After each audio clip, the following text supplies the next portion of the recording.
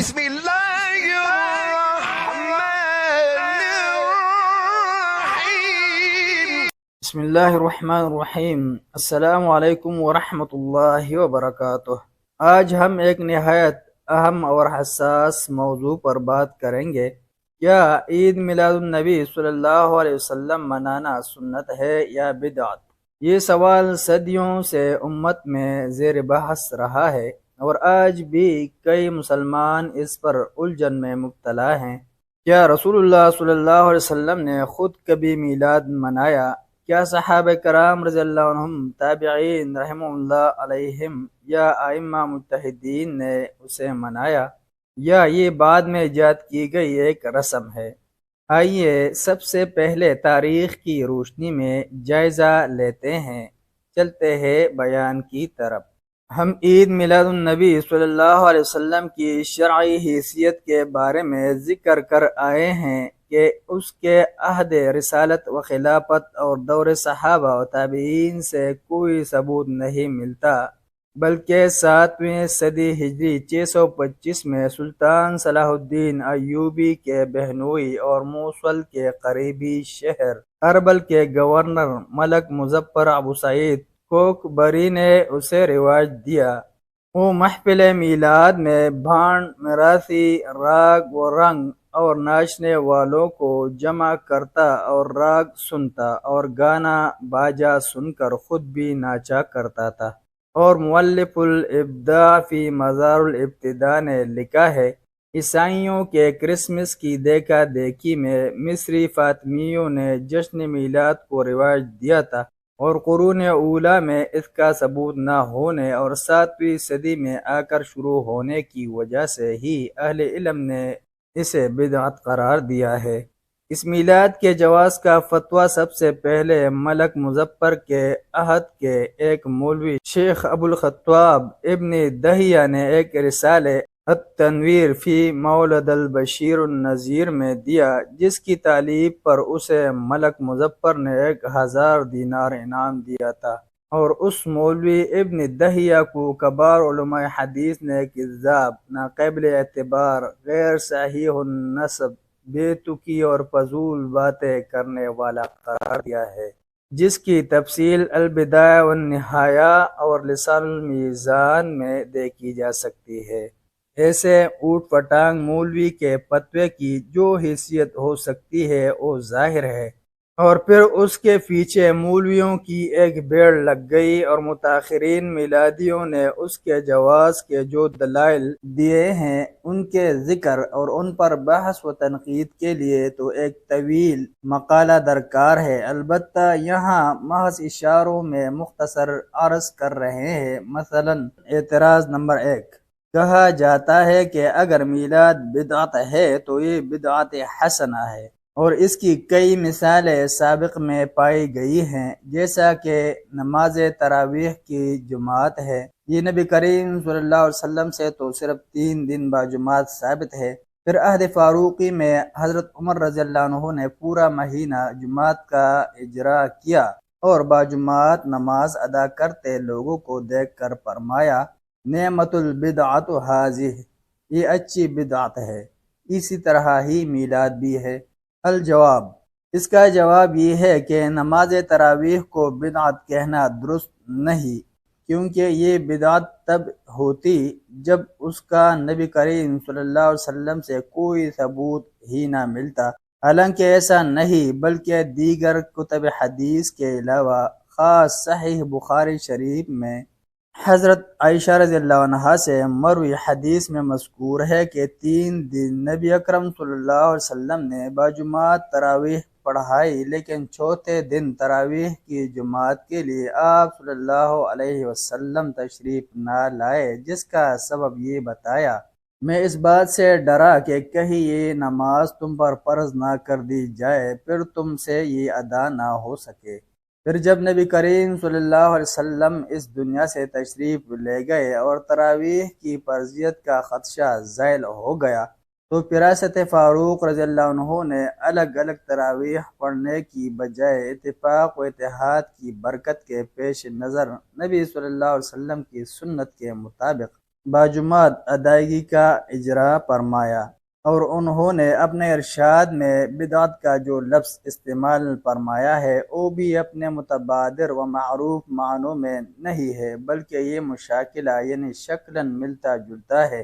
جو کہ عربوں میں معروف تھا کہ ایسا لفظ استعمال کرنا جس سے اس کا اصل معنی نہیں بلکہ کوئی دوسرا معنی مراد ہوتا ہے۔ خود قرآن کریم میں اس مشاکلہ کی مثال موجود ہے۔ سورہ البقرہ آیت 138 میں ارشاد الہی ہے، صبغۃ اللہ ومن احسن من اللہ صبغہ، اللہ کا رنگ دین اسلام اختیار کرو اور اللہ سے اچھا رنگ کس کا ہوگا۔ یہاں صبغہ سے مراد رنگ یا پاؤڈر نہیں بلکہ اسلام مراد ہے۔ اسی طرح قول فاروق رضی اللہ عنہ میں بدعت سے مراد ہے گزشتہ ایام میں نہ پائی جانے والی چیز کو وجود میں لانا، جبکہ یہ بھی نہیں کہ بالکل یا سابق میں موجود نہ تھی، بلکہ اس کا اجرا سنت رسول صلی اللہ علیہ وسلم ہونے کے پیش نظر ہی کیا گیا تھا۔ اعتراض نمبر 2، دوسری دلیل کے طور پر یہ بھی کہا جاتا ہے کہ قرآن کریم پر اعراب نہیں تھے،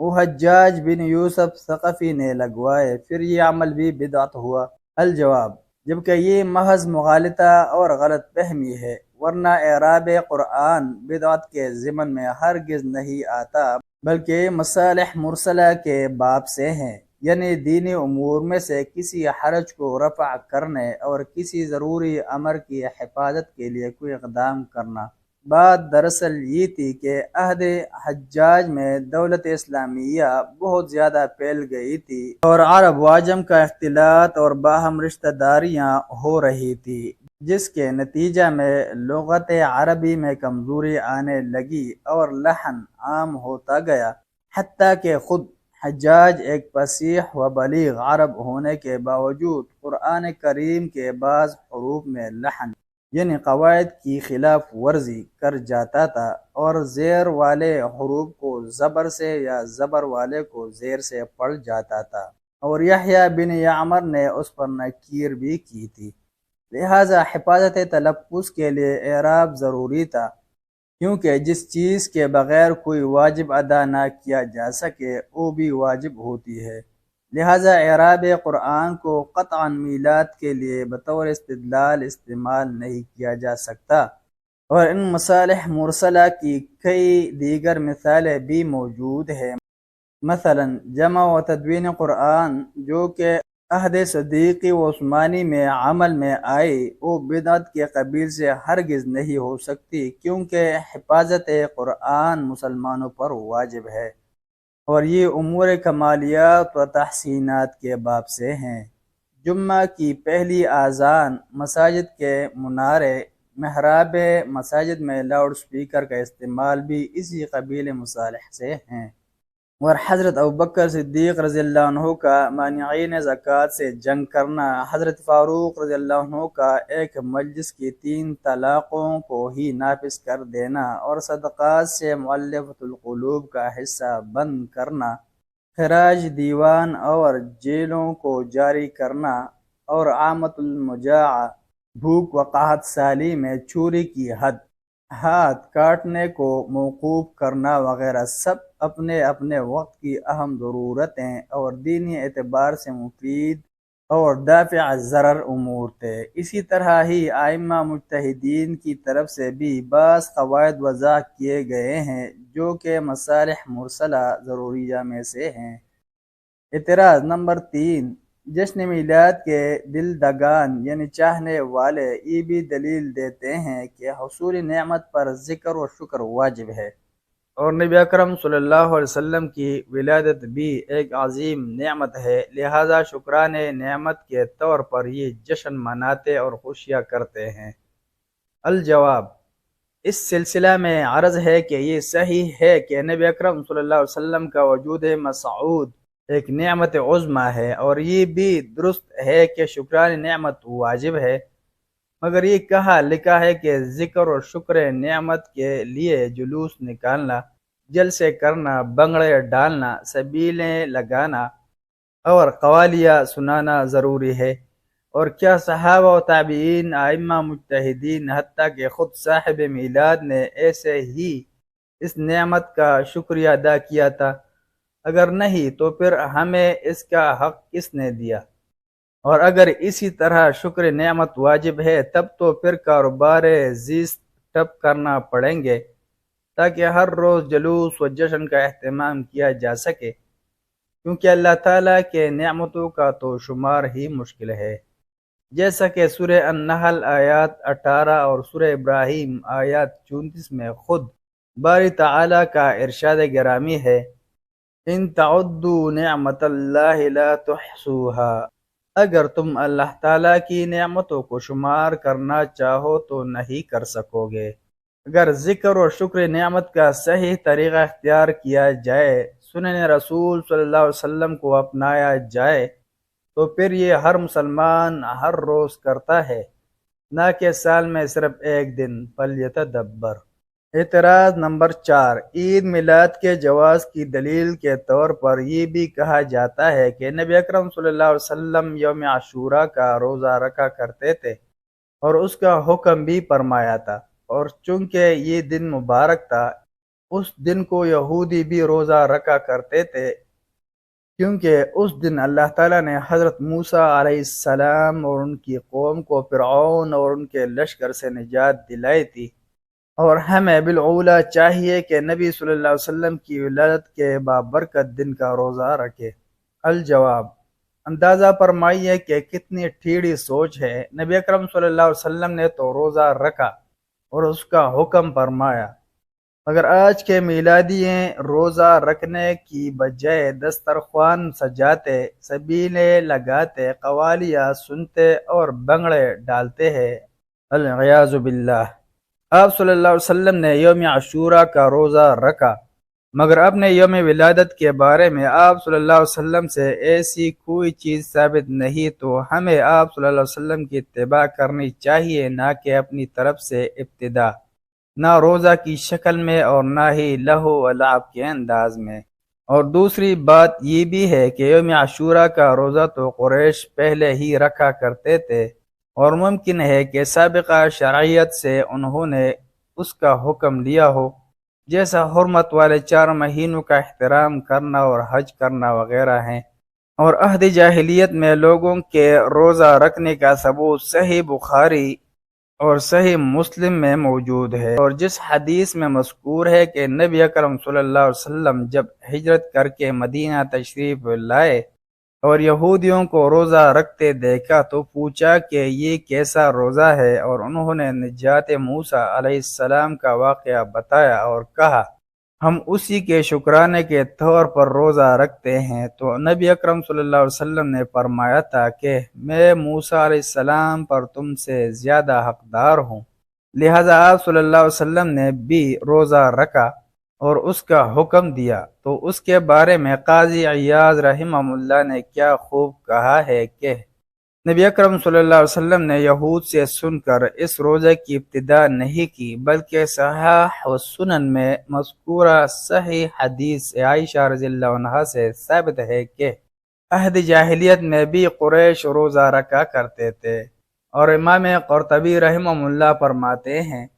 ہو سکتا ہے قریش دین ابراہیم علیہ السلام کے کسی حکم پر روزہ رکھتے ہوں، اور نبی اکرم صلی اللہ علیہ وسلم کا روزہ رکھنا موافقت دین ابراہیم علیہ السلام کے سبب ہو،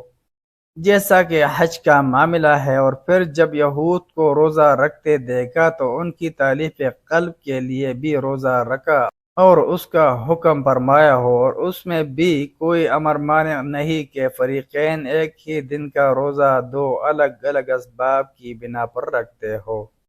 اعتراض نمبر 5، بعض قائلین میلاد تو اس حد تک جسارت کر جاتے اور کہہ دیتے ہیں کہ نبی اکرم صلی اللہ علیہ وسلم اپنے یوم ولادت پر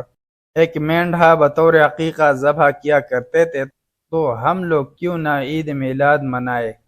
الجواب، سب سے پہلے تو عقیقہ کا معنی سمجھ لیں۔ امام ابن قدامہ رحمہ اللہ لکھتے ہیں عقیقہ اس ذبیح کو کہتے ہیں جو بچے کی طرف سے ذبح کیا جائے،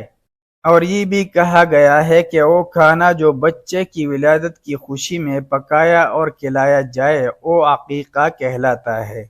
اور ان کا کہنا ہے کہ ہمارے اصحاب کے نزدیک سنت یہ ہے کہ بچے کی پیدائش کے 7ویں دن ذبح کیا جائے، اور تب نہ ہو سکے تو 14ویں دن ہو یا پھر 21ویں دن، جیسا کہ حضرت عائشہ رضی اللہ عنہا سے مروی ہے۔ اور جو شخص بالغ ہو جائے اور اس کا عقیقہ نہ کیا گیا ہو، اس میں اختلاف ہے کہ وہ اپنی طرف سے عقیقہ کرے یا نہیں۔